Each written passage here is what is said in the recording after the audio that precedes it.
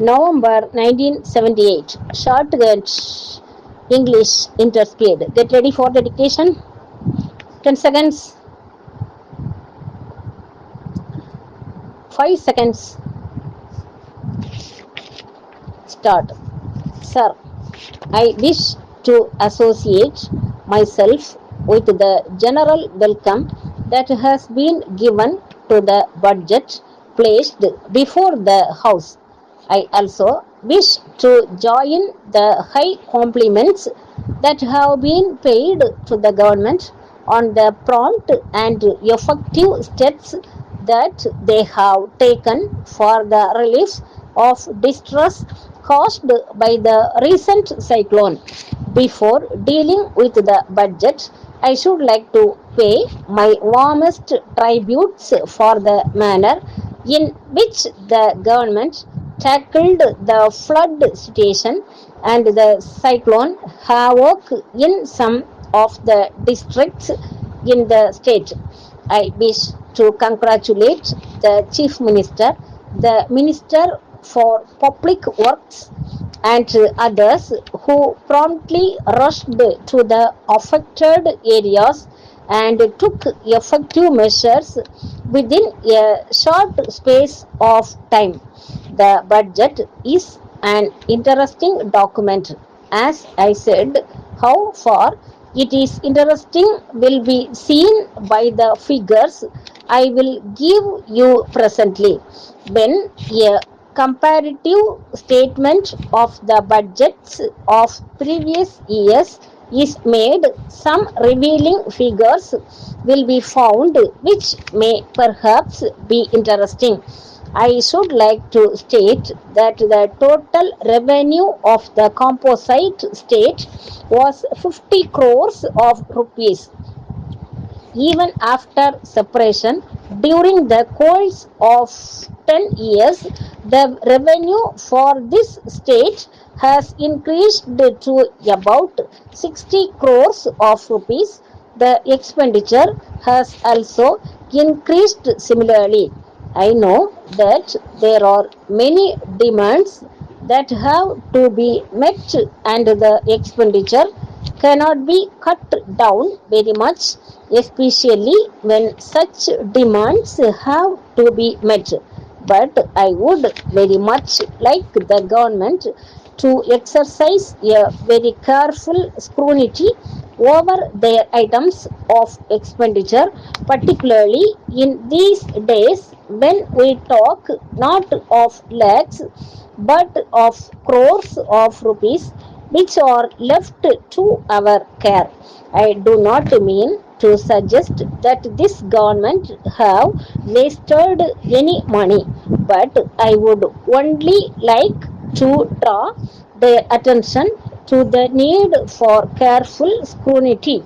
Especially, it is very necessary for the Minister for Finance to have a fairly good and effective control over the items of expenditure that may be suggested by the various departments. I had hoped that the report of the Committee on Cooperation would have been ready by this time and that we would have an opportunity to offer my remarks in regard to the extension of cooperation in this state. One thing that is most essential to remove such of the misunderstanding that exists between the capital and the labor and in many other fields is the necessity to encourage the cooperative movement. I hope and trust that when that report is ready, we shall be given an opportunity to offer our views before any action is taken by government in the matter.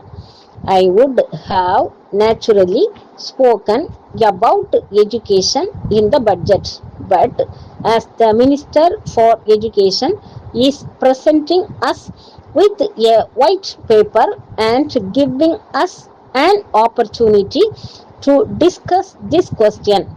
I do not think it is necessary for me to dwell on that point. I am, however, thankful to the government.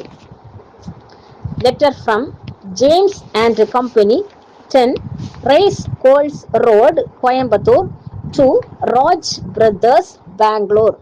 Dear Sirs, we are in receipt of your letter dated 5th September 1977 requesting to the appointed as our sole agents for distribution of cycle tires and tubes manufactured by us. We are glad that you are a well established concern and that you have a band of able and reliable representatives in various important centers in Andhra Pradesh and Karnataka state. We will be able to appoint you as our sole agents for our products in the two states subject to your acceptance of the terms and conditions.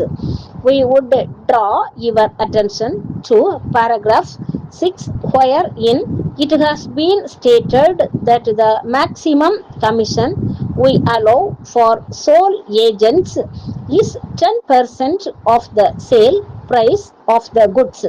In spite of the increase in the production cost, the sale prices have been fixed at a reasonable level. Hence, we will not be able to increase the rate of your commission.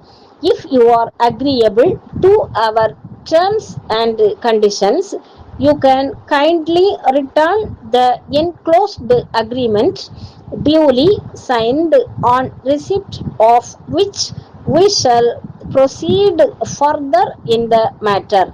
Yours faithfully,